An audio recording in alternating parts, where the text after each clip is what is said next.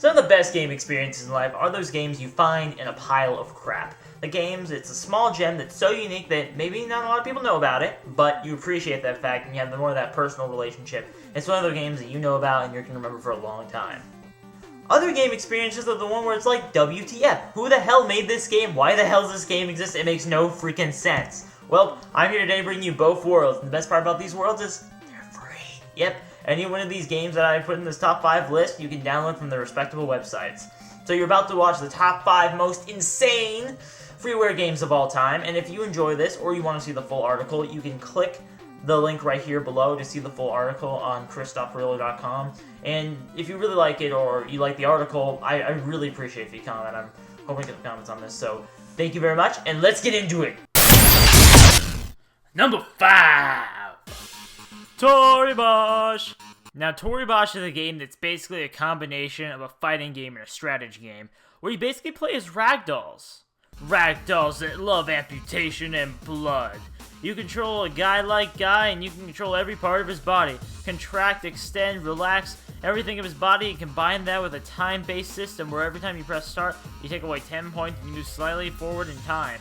You take all these techniques and you are able to do some really freaking sweet kung fu moves. You could grow and like bash people in the head and all that, and you could do like tons of crazy stuff like kick him in the air and do pile drives and stuff like that. It's super much fun. And the best part is, on the older version, there were a bunch of mods too, so there were a lot of cool stuff you could do with that. This game is one of those games where at first you're not very good, but then you keep trying at it and you're still having fun with it even though you suck. Once you start getting good, then you can do some sweet kung fu move and feel like a badass. Number 4. Man, I love Marvel vs. Capcom 2. Not only is it a great freaking fighting game, but it's also a game that has a lot of really recognizable characters. It makes me wonder if we'll ever get to a point to where we can even expand the roster even further.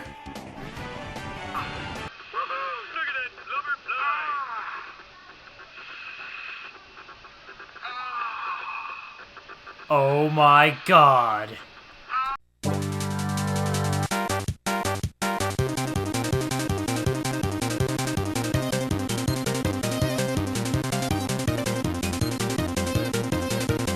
Gentlemen, behold the world of Mugen!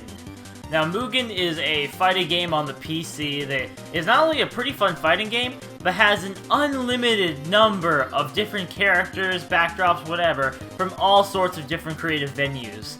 Basically, if you have the desire and the ability to make it, it will be made. You'll find tons of crazy stuff and stuff you would never even expect to be in a fighting game. This game is a totally user-generated experience and is totally awesome. Number 3. I wanna be the guy. You know why? Because the guy is awesome. But let me tell you, young Padawan, the path on the way to becoming the guy will not be an easy one. I mean, we all can agree that Mega Man was a very hard game, but this game takes the cake in freaking video game difficulty. 90% of the ground you will cover has the direct desire to kill you.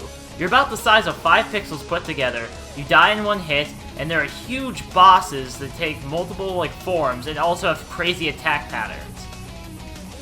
What the hell? Is that a Hulkified Zangief? Shooting Hadoukens out of his mouth? And Blanca out of his crotch? What the hell? This game uses a lot of creative license of famous video game characters back in the 18th and 16-bit era, populate all throughout the game as bosses and whatnot. I mean, it's nice to see it for those who really enjoy it, but most of you will be dreading it. I mean, this game will take dozens of retries to beat a level. This game will take you months to beat, but let me tell you, it's all worth it. You know why? Because you want to be the guy. Number 2.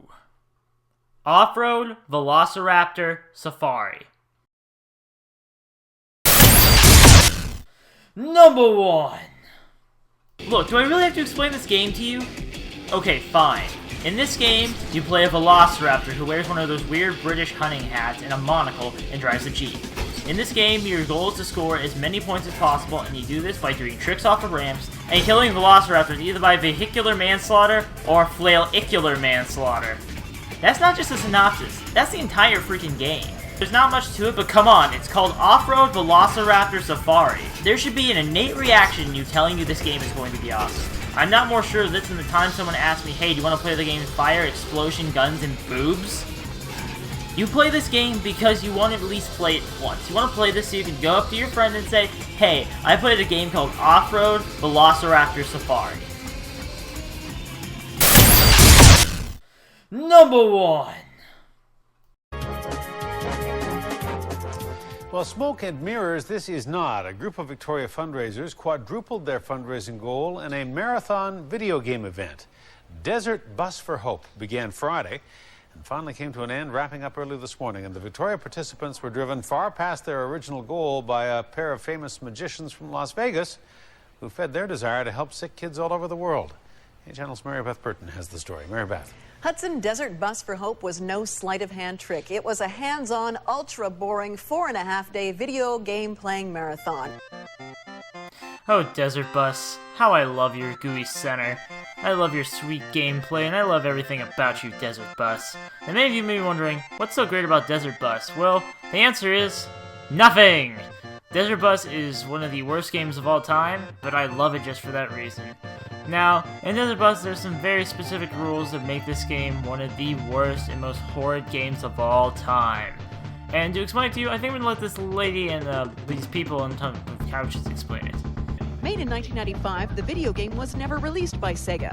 It made its way onto the internet, and the video ride from Tucson, Arizona to Las Vegas takes place in real time, 8 hours at a maximum of 45 miles an hour. And it's a completely straight road. There is no other traffic, but the bus does have a slight list to the right, so you have to keep correcting to keep it on the road. So it requires constant input from the driver. Now there you have it, the #1 most insane freeware game of all time. Now it doesn't really qualify exactly as freeware because you have to find it on a site called Torrent Freak, but trust me, they're not making any money on it anyway. So you can download this and play this game just like all the other games on the list. And just to let you know, there is a charity for this called Desert Bus for Hope, where last time they raised $23,000 playing this game. And now I'm going to let the news lady finish. Not only is Desert Bus considered the most boring game by gamers, it's the least rewarding likely as well. You get just 1 point for every 8-hour trip, and the Victoria team believes their 4.5-day marathon is a record setter. Hudson, in the game world, they come up with a staggering 6 points. So there you go, the top 5 most insane freeware games ever. So guys, I hope you enjoyed the video, and if you want more information or want to look at it in a written format, be sure to check my article here at chris.perillo.com, and again, I'd be really appreciative if you guys would comment on the article. It helped me out a lot. So again, thank you guys, and remember,